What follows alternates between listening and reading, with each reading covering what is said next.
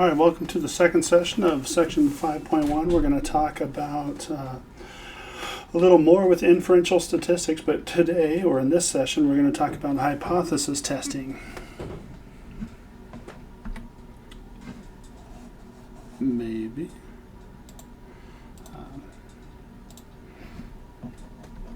Anyway, hypothesis testing, there's a great analogy for it, and it's pretty much a lot like the U.S. legal system.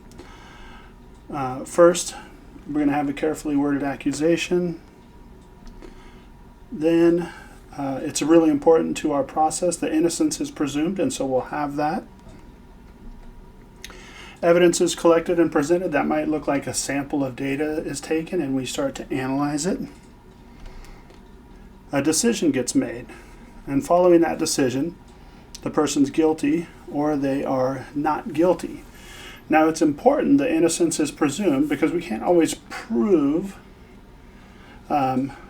somebody's guilty, but we can say there is enough evidence or there is not enough evidence, and so we're going to kind of go with that idea. We're going to decide whether we reject the null hypothesis or fail to reject the null hypothesis, and if that doesn't mean anything to you, that's okay. So the null hypothesis in statistics is always going to be that we're going to claim something is something. And so the null hypothesis, we have some notation for it. Grab my pen here. And we usually call it H sub 0. And then there'll be a claim that something is something. And actually, this shouldn't be an equal sign here. This should be a colon. Which, anyway, okay, I'll try to fix it there. We'll see how it goes. Anyway, so we might claim that the mean is 30. We might claim the proportion is 0.5. But we make a claim, and it's important, the null hypothesis, again, it's not equal to, but there's going to be something is equal to something else.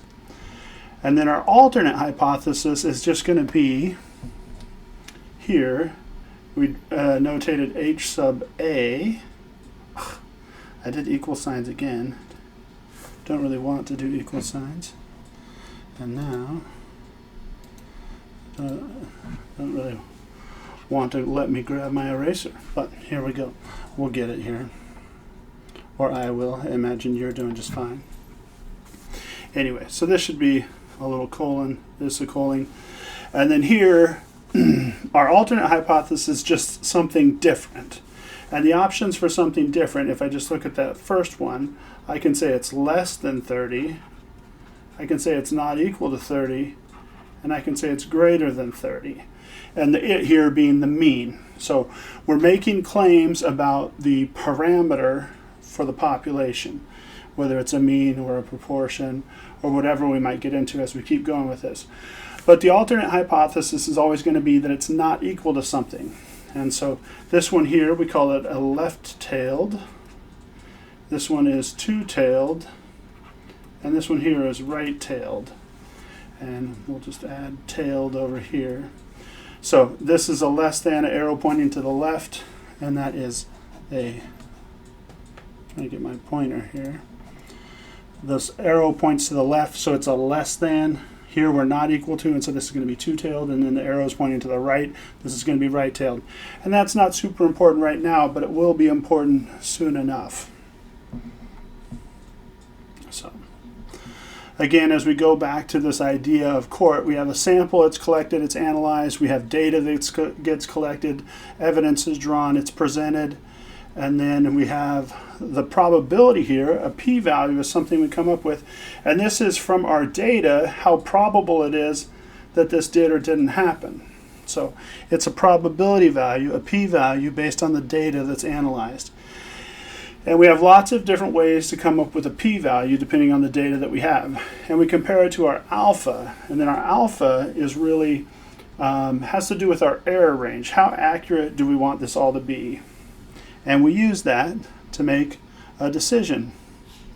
Now, if p is less than or equal to alpha, we reject the null hypothesis.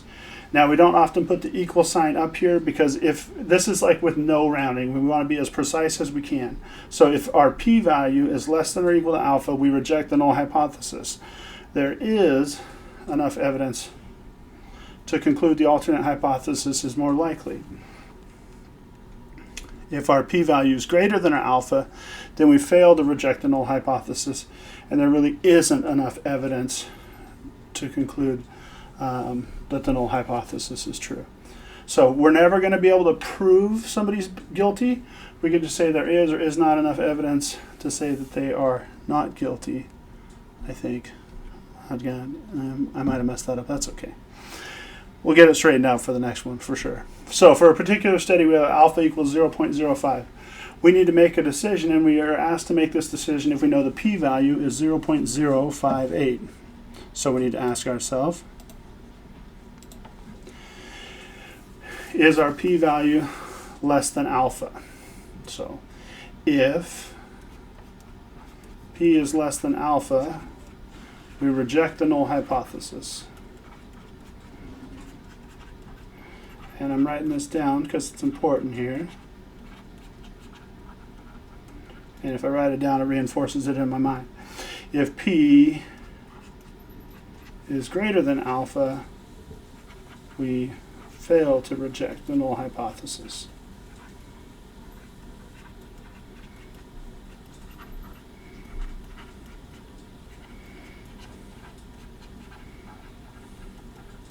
So here, our p-value, 0.058, and we have to compare it to our alpha here.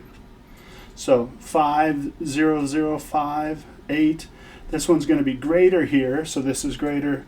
So we fail to reject the null hypothesis.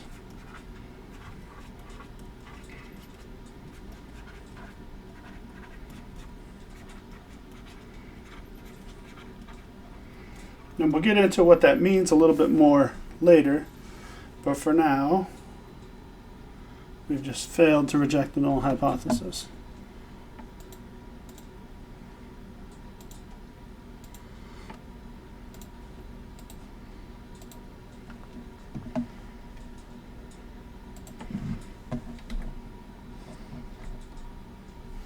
Now, for another study, the p-value is found to be 0.06. What decision do you make if alpha is 0.10? So again, we make a comparison. If you want to pause this and try it on your own and see how you do, that's great. But this is our p-value. We compare it to alpha. If it's less than, remember, if it's less than, we reject the null hypothesis.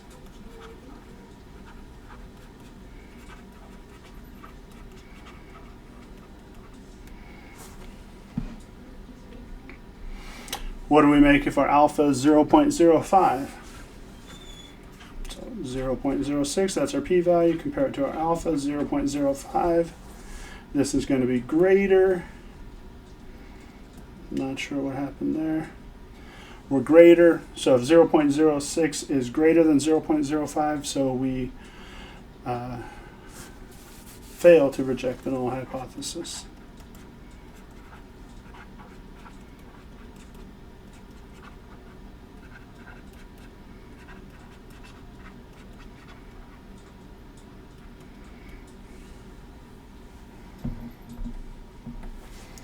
These are things you'll just want to kind of keep in mind as you're going through.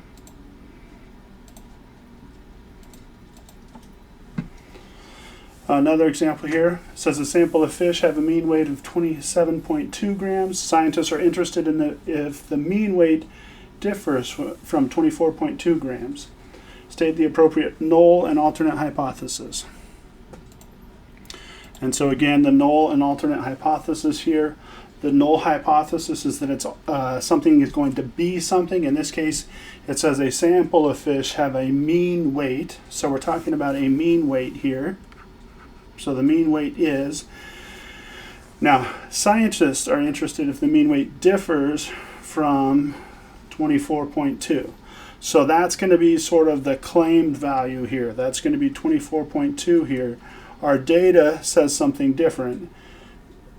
Our sample data says that the mean weight is 27.2 grams, but when it says scientists are interested if the mean weight differs from 24.2 grams, that's where we gather our null and alternate hypothesis from.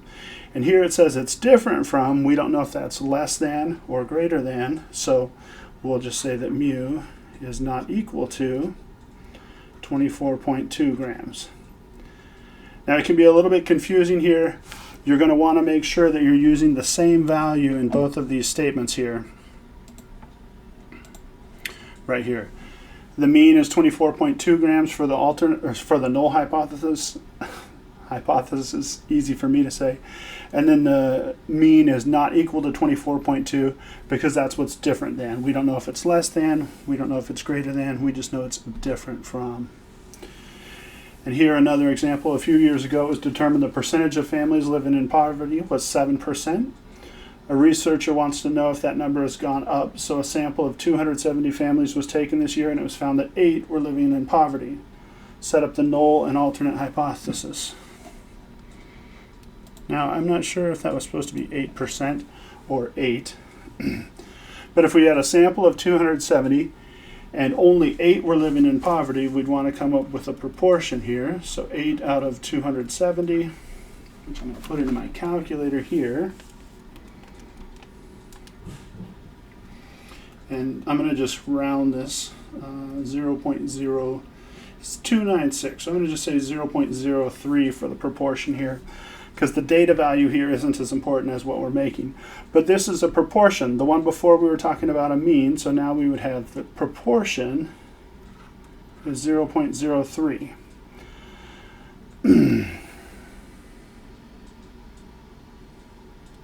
Oh, wait a second. A researcher wants to know if that number has gone up.